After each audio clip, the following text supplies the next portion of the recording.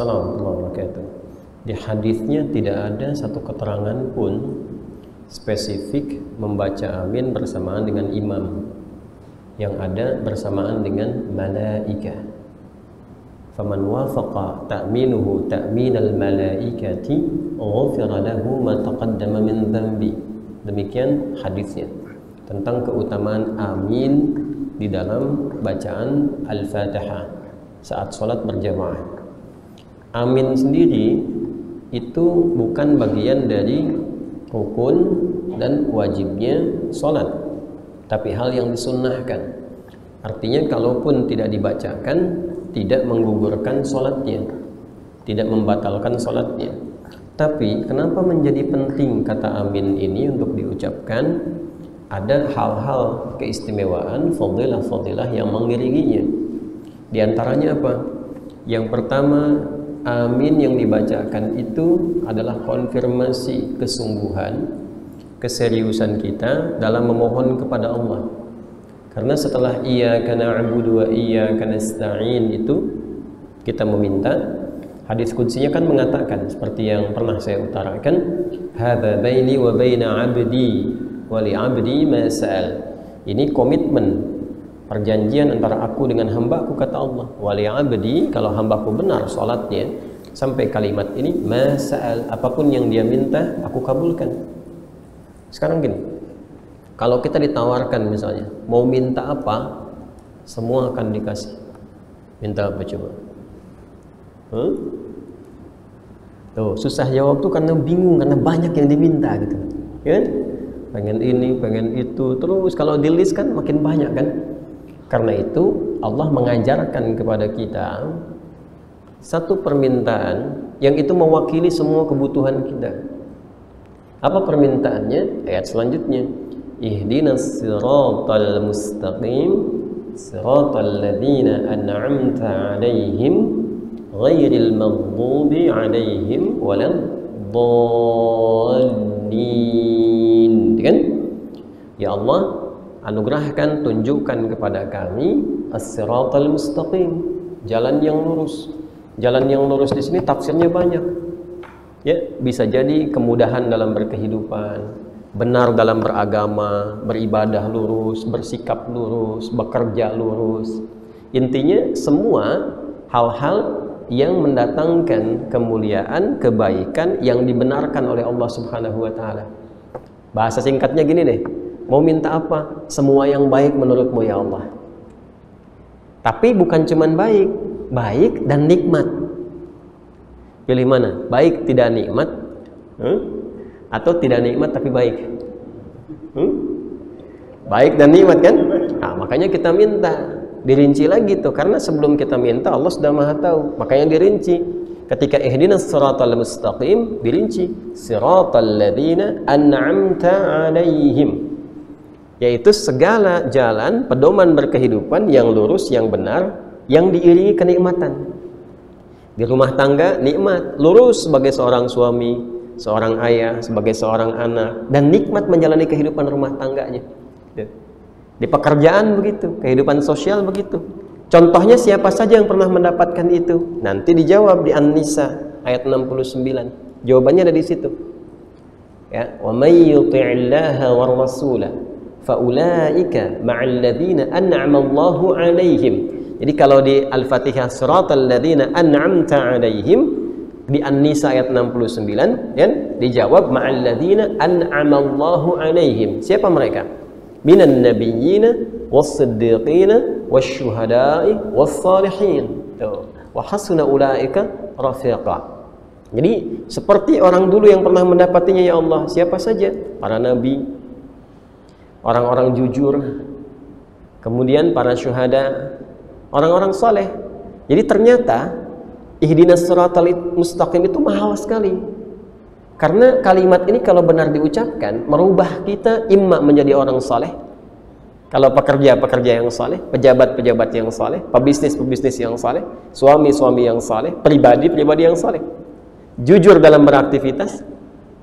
Kemudian dipersaksikan oleh Allah dalam kemuliaan, wafatnya mulia, syahid. Dan itu nanti bisa sekomplek dengan para nabi di akhiratnya itu. Karena kalimatnya faulaika ma'al ladzina an'ama Allahu 'alaihim minan nabiyyin. Itu sekomplek dengan para nabi itu tinggalnya. Ya, itu jadi mahal kalimatnya. Karena itu butuh istiqomah, konsisten.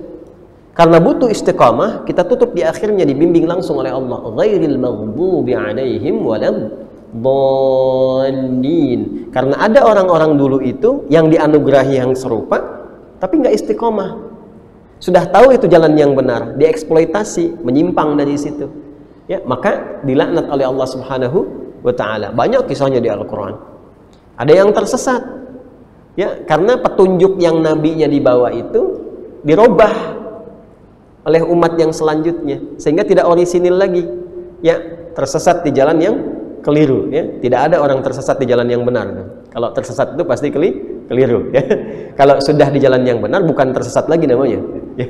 Ustadz, saya ada di ta'lim Ustadz, alhamdulillah saya tersesat di jalan yang benar. Tidak, Anda itu sudah benar. Kalau tersesat artinya salah, gitu kan? Salah jalan, maka kembali lagi ke jalan yang benar. Nah, karena harapannya tinggi, kita bermohon kepada Allah untuk dijawab, ya kan? Untuk dikabulkan. Nah, komitmen kita, kesungguhan kita untuk memohon agar dikabulkan itu digambarkan dalam kalimat amin. Ya, bimakna istajib. Di amin itu artinya istajib, ya Allah kabulkan. Nah, ya? Amin, ya Allah kabulkan. Tapi kenapa menggunakan kata amin bukan istajib? Istajib, gitu kan? Kenapa harus amin? Ini keindahannya dua. Satu dari segi makna, amin itu nanti seakar dari kata amina. Dari sini muncul kata aman, muncul kata iman, muncul kata amanah. Artinya apa? Kalau sudah minta, mesti iman, mesti yakin. Tuh, jadi kalau Anda mengatakan amin, mesti yakin dengan apa yang kita mohonkan sama Allah itu. Setelah itu apa? Amanah. Kalau sudah diberikan, konsisten. Minta nih, dikasih oleh Allah pekerjaan misalnya. Udah di tempat yang jujur, udah konsisten dengan kejujuran. Nanti ada ujian. Diuji dengan sogokan, diuji dengan tipu-tipu macam-macam. Konsisten nggak tuh? Amanah. Ya kan? Kalau sudah amanah dan yakin, Allah berikan rasa aman. Ulaika lahumul amnu. Tuh. Itu yang Allah tekankan di Al-Quran. Mereka akan diberikan keimanan, ketentraman dalam jiwanya. Jelas ya? Itu keindahan dari makna. Keindahan dari lafadznya, kata amin ini ketika diucapkan, pertama dari segi lafadz itu enak untuk diucapkan. Kemudian ada keserasian irama ketika diikuti. Ya, coba deh kalau kita misalnya bacakan amin sholat berjamaah, itu iramanya imam dengan aminnya makmum pasti serupa. Imam suara rendah, makmum ikut rendah. Ghairil maghdubi 'alaihim waladdallin. Tuh. Enggak ada kan yang amin. Tapi kalau tinggi ikut tinggi. Ghairil maghdubi 'alaihim waladdallin. Tuh. Ya kan? Ah, itu senafas tuh. Jadi enak gitu, di lafadznya enak, kemudian di maknanya juga sangat luas. Maknanya istajib. Coba kalau misalnya ghairil maghdubi 'alaihim waladdallin. Istajib. Gak enak kan? Gak enak ya? Nah, tapi maknanya apa? Istajib.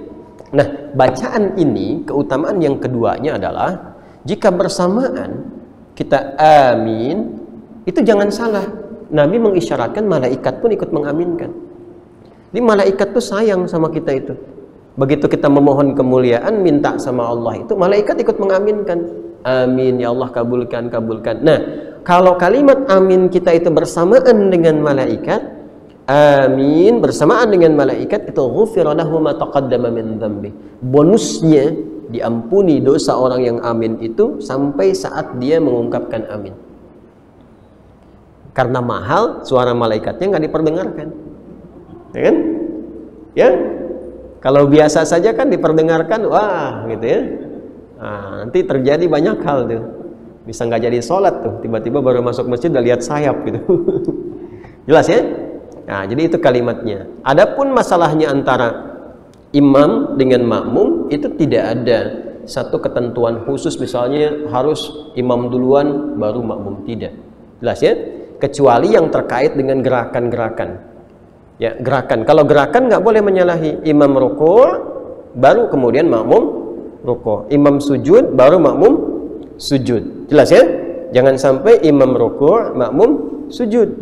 Karena hadisnya jelas mengatakan, "Innama ju'ilal imamu liyutamma bihi." Fa qira'atul imam qira'atul ma'mum. Imam itu dijadikan untuk diikuti. Kalaupun kau terlambat saat baca Al-Fatihah, imam sudah ruku, langsung ruku, maka bacaan Al-Fatihahmu terwakili oleh bacaan imam. Jelas ya? Nah, kalau logika yang digunakan seperti tadi, batal semua sholat. Dari mana Anda bisa memastikan bacaan ruku kita itu di belakang imam? Ya kan? Dari mana bisa memastikan bacaan sujud kita tidak melewati imam duluan? Ya? Nah, karena itulah agama dibangun tidak dengan logika, tapi dibangun dengan dalil. Dan dalil ini tidak akan bertentangan dengan logika. Jelas ya? Nah, jadi agama nggak bisa dipahami dengan rasa misalnya, atau pikiran-pikiran kita. Berbahagianya di Islam itu semua rangkuman pendidikan dalam beragama itu pakemnya sudah ada, sehingga nggak bisa setiap generasi bikin-bikin sendiri. Nah, inilah yang menjadikan Islam itu nggak pernah ada perubahan dalam pembelajarannya, dalam ibadahnya sampai kehidupan berakhir. Wallahu ta'ala a'lam bishawab.